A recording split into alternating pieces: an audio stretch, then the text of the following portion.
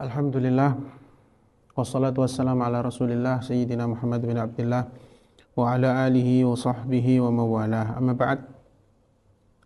Hadirin hadirat para pemirsa channel MCT Malang Raya yang dirahmati dan diberkati oleh Allah, semoga kita semuanya tetap diberikan oleh Allah Subhanahu wa taala istiqamah untuk menjalankan ibadah-ibadah terutama di dalam bulan Ramadan ini, dan juga menjauhi larangan-larangan Allah Subhanahu wa taala terutama di bulan Ramadan ini. Amin ya rabbal alamin. Alhamdulillah, kita bersyukur kepada Allah yang telah memberikan kita kesempatan kembali untuk mengkaji hadis-hadis, mendengarkan nasihat, arahan-arahan, wejangan, kata-kata bijak dari baginda Nabi sallallahu alaihi wasallam yang kita terkadang butuh sedikit kata-kata bijak dari manusia biasa. Akan tetapi sekarang kita mendengarkannya, mengkajinya langsung dari lisan pemimpin manusia, yaitu baginda Nabi sallallahu alaihi wasallam.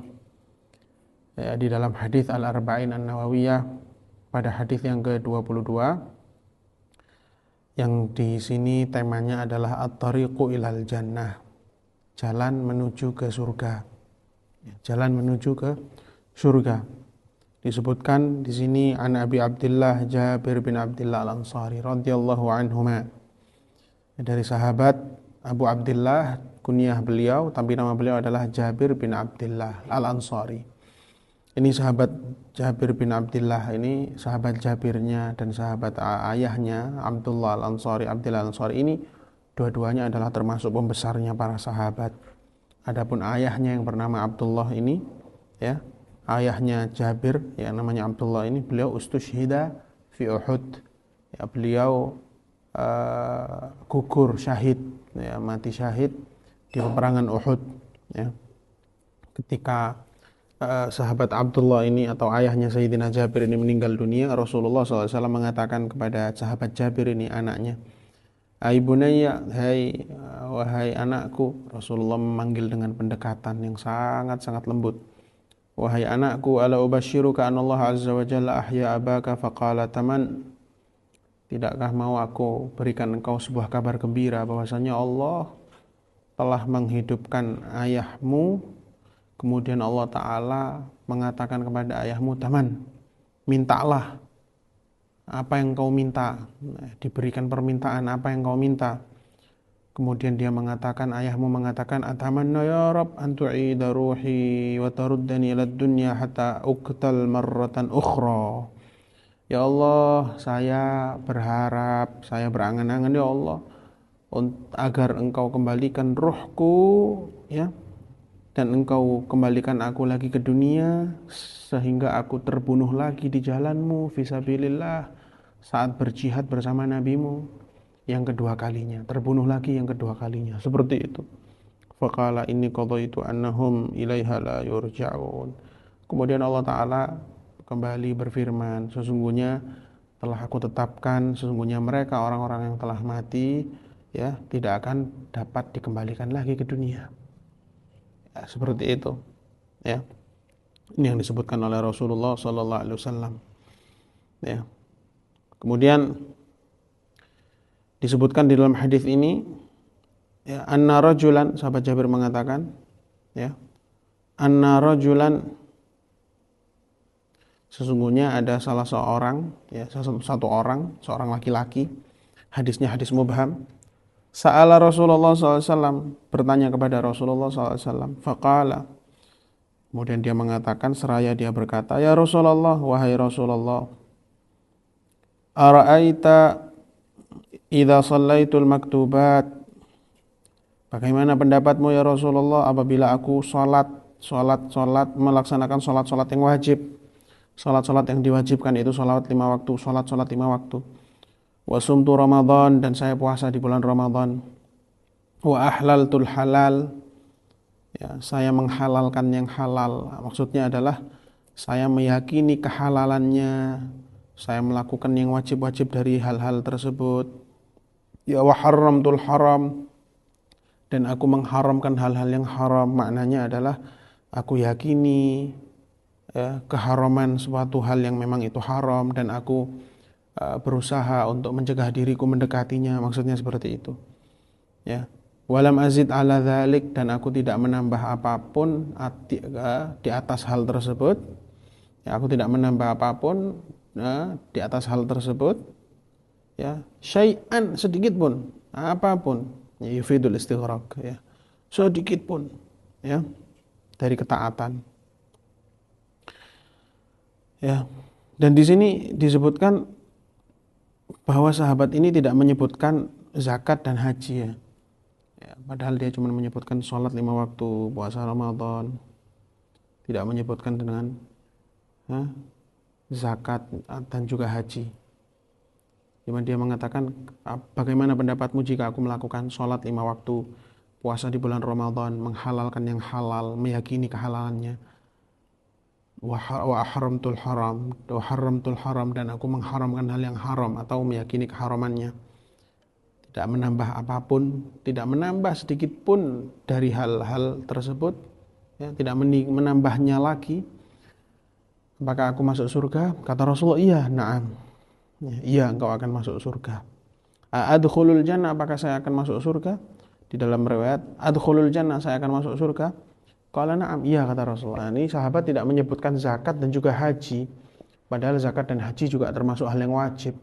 Ya, di dalam syarah kitab ini mungkin kemungkinan ihtimal, kemungkinan waktu itu zakat dan haji saat itu masih belum difardukan, masih belum ada kewajibannya.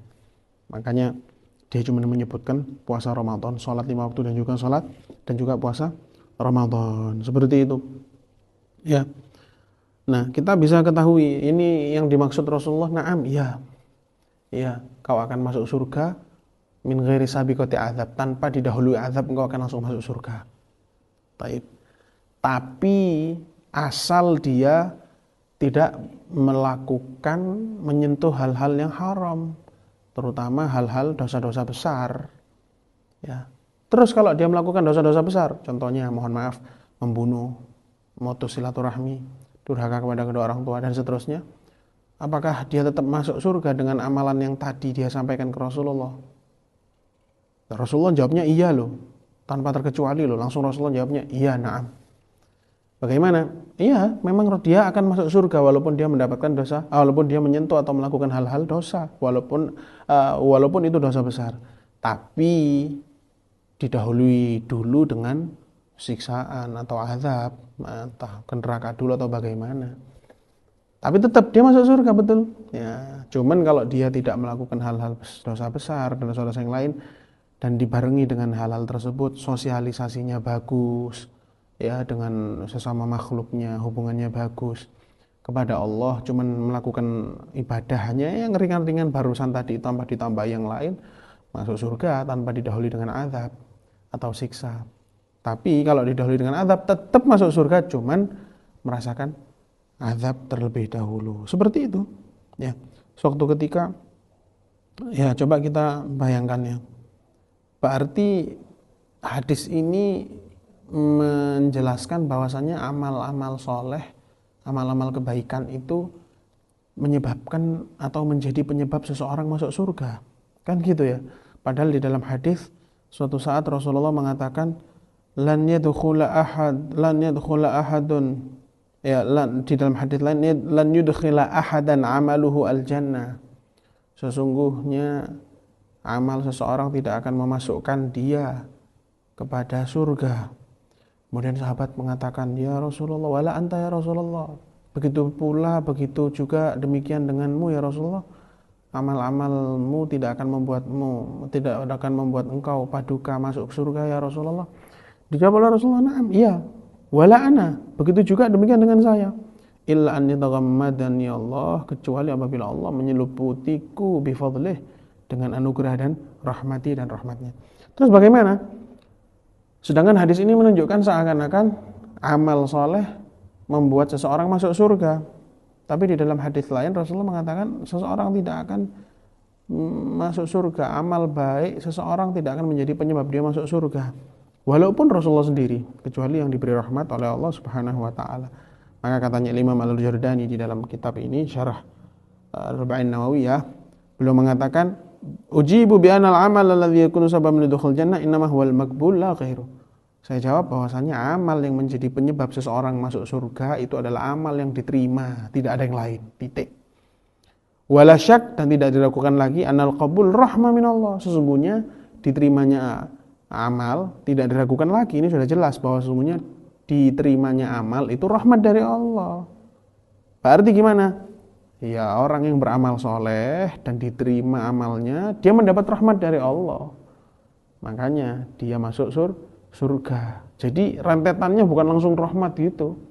Ya, rahmat dari Allah langsung masuk, enggak. Gara-gara rahmat dari Allah, seseorang amalannya diterima, kemudian amal yang diterima yang dari kasih sayang rahmatnya Allah tersebut, rahmat itu yang menyebabkan dia masuk surga. Di dalam suatu riwayat disebutkan laqad ja'ana ba'du ubbad Bani Israil, sebagian ahli ibadah, salah seorang ahli ibadah dari golongan Bani Israil, dia itu ya ta'abbad, beribadah kepada Allah di sebuah pulau, tidak ada yang mengenalinya, tidak ada yang tahu akan keberadaannya. Ya. Wa anbatallahu lahu syajarah rumman, kemudian Allah tumbuhkan di pulau tersebut ada satu pohon delima, ya, dan sebuah mata air yang membuat dia kenyang. Pohon delima itu dia makan delimanya, kemudian kenyang, airnya menghilangkan dahaganya, dan seterusnya. Fabaqiya kadzalika khamsumi'ati am. Kemudian dia hidup dalam keadaan tersebut selama 500 tahun. Selama 500 tahun. Tsumma sa'ala rabbahu azza wa jalla an yakbidahu sajidan. Kemudian dia mohon kepada Allah, minta, ya Allah, wafatkan aku, cabut nyawaku dalam keadaan aku sujud kepadamu. Fafa'al. Kemudian Allah mengabulkan doanya. Ya. Wa akhbara anhu alaihi wasallam. Kemudian Rasulullah menceritakan hal ini. Rasulullah yang menceritakan. Jadi Rasulullah sering menceritakan kisah-kisah umat-umat terdahulu untuk kita ambil pelajarannya. Untuk kita ambil pelajarannya. Kadang kita cerita dari golongan para sahabat sudah mengatakan, oh iya itu kan sahabat, di zaman kita nggak bisa. Rasulullah pun di zaman Rasulullah beliau bercerita tentang orang-orang terdahulu sebelum beliau, ya. Kemudian Rasulullah mengabarkan, memberitahu bahwasanya orang tersebut, orang tadi ini dari yang ahli ibadah 500 tahun ini tadi mati dalam keadaan sujud. Nanti di hari kiamat dia akan didatangkan. Kemudian fayaqulullah ta'ala, Allah Ta'ala berfirman mengatakan kepada malaikatnya, idhabu bihi ilal jannah birahmati. Wahai malaikatku, bawa orang ini, antarkan dia ke surga, masukkan dia ke surga dengan sebab rahmatku. Dia langsung mengatakan, ya Rabbal bi'amal, ya Allah, bukan dengan rahmat, tapi karena amalku yang banyak 500 tahun, ya Allah. Apa kata Allah? Hasibu ala syukri ni'mati hasatil basar. Hai malaikatku,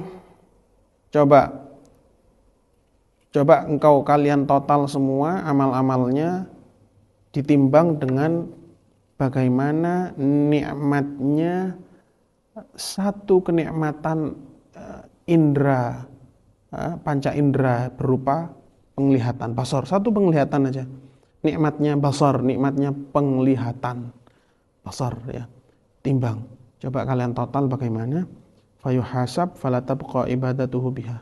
Sehingga ibadahnya pun terkalahkan dengan begitu banyaknya nikmat Allah yang Allah berikan dari itu. Ibadahnya ini nggak bisa menunaikan syukurnya satu nikmat penglihatan. Ibadahnya ini belum bisa digunakan untuk menunaikan syukurnya nikmat satu penglihatan. Nggak bisa. Kemudian dia mengatakan, ya Rabb adkhilni birahmat. Ya Allah, kalau gitu masukkan aku ke surga dengan rahmatmu kalau gitu ya Allah, bukan dengan amalku. Fayaqulu idhabu bihi ilaiha birahmati. Kemudian Allah berfirman, ya sudah, bawa dia ke surgaku, masukkan dia sebab rahmatku. Seperti itu, ya. Surga sekarang ada, maujud al-an. Allah Ta'ala menciptakan surga, ya. Allah menciptakan surga, tapi akan ditempati oleh penduduk-penduduk surga tersebut nanti setelah hari pembangkitan, kemudian hari kiamat. Akhir daripada hari kiamat, selesainya daripada hari akhir adalah immal jannah wa imman nar, entah itu surga ataupun neraka. Semoga Allah Subhanahu wa taala menjadikan kita penduduk surga supaya kita bisa memandang wajah baginda Nabi sallallahu alaihi wa ala alihi wa sahbihi wasallam. Semoga Allah Subhanahu wa taala memberikan kita ampunannya di bulan Ramadan ini, ya, dan memberikan pahalanya kepada kita, dijadikan puasa kita puasa yang berkualitas, bukan puasa yang sia-sia, rugi, hanya mendapatkan haus dan juga lapar, akan tetapi tidak mendapatkan pahala di sisi Allah. Sedangkan pahala puasa di sisi Allah, kata Allah, as-shaumu li wa ana ajzibih, puasa itu persembahan khusus untukku dan aku yang akan membalasnya, sangat besar di sisi Allah Subhanahu wa taala, ya. Wa huwa syahrus sabr, ketika Rasulullah menjelaskan tentang Ramadan adalah bulannya kita melatih kesabaran, was-sabru thawabuhul jannah, dan kesabaran pahalanya, kesabaran adalah surganya Allah Subhanahu wa taala. Hadis ini diriwayatkan oleh Imam Muslim. Semoga kita mendapatkan keberkahan daripada mendengarkan hadis-hadis ini, ya, dan kita juga menjadi orang yang bisa mengamalkan apa yang telah kita dengarkan. Ya, pelajaran yang bisa kita ambil adalah bahwasanya pertama, meninggalkan hal-hal sunnah itu boleh, dan orang yang meninggalkannya tidak dihukum oleh Allah, ya, asal meninggalkan amalan sunnahnya itu bukan karena istighfaf, bukan karena meremehkan. Ya, kalau meninggalkan biasa aja nggak apa-apa, nggak sholat qobliyah ba'diyah nggak masalah, boleh, ya, boleh. Ya, tadi yang disebutkan sama sahabat ini kan cuma hal-hal yang wajib, yang fardu. Sholat 5 waktu, puasa Ramadan, seperti itu. Tapi kalau meninggalkan amalan sunnah karena istighfaf, merendahkan, alah buat apa sholat ba'diyah qobliyah, itu dosa jelas. Alah buat apa puasa Senin Kemis, ya, nanti kurus kayak gini. Nah, ini istighfaf, seperti itu, ya. Kemudian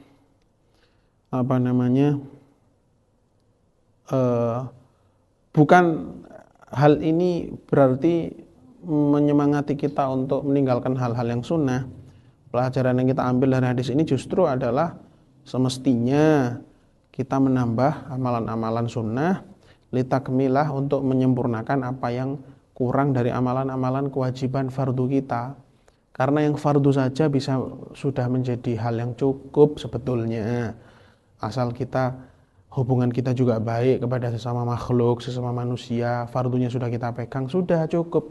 Cuman untuk menyempurnakan lagi kefarduan tersebut adalah dengan hal-hal yang sunnah. Kemudian di dalam hadis ini kita bisa mengambil pelajaran, hendaknya kita tidak gampang-gampang mengkafirkan seseorang yang sudah berikrar dengan kedua kalimat syahadat, dan melaksanakan fardu-fardunya. Kadang ada orang sudah syahadat, sholatnya sudah benar, sholat 5 waktu, puasa, tapi masih dikafir-kafirkan dan seterusnya. Tidak gampang-gampang, ya, kita mengklaim kafir kepada orang lain. Wallahu ta'ala alam bishawab. Semoga kita tetap dijadikan hamba-hamba yang istiqomah di jalan Allah. Amin ya rabbal alamin. Wassalamualaikum warahmatullahi wabarakatuh.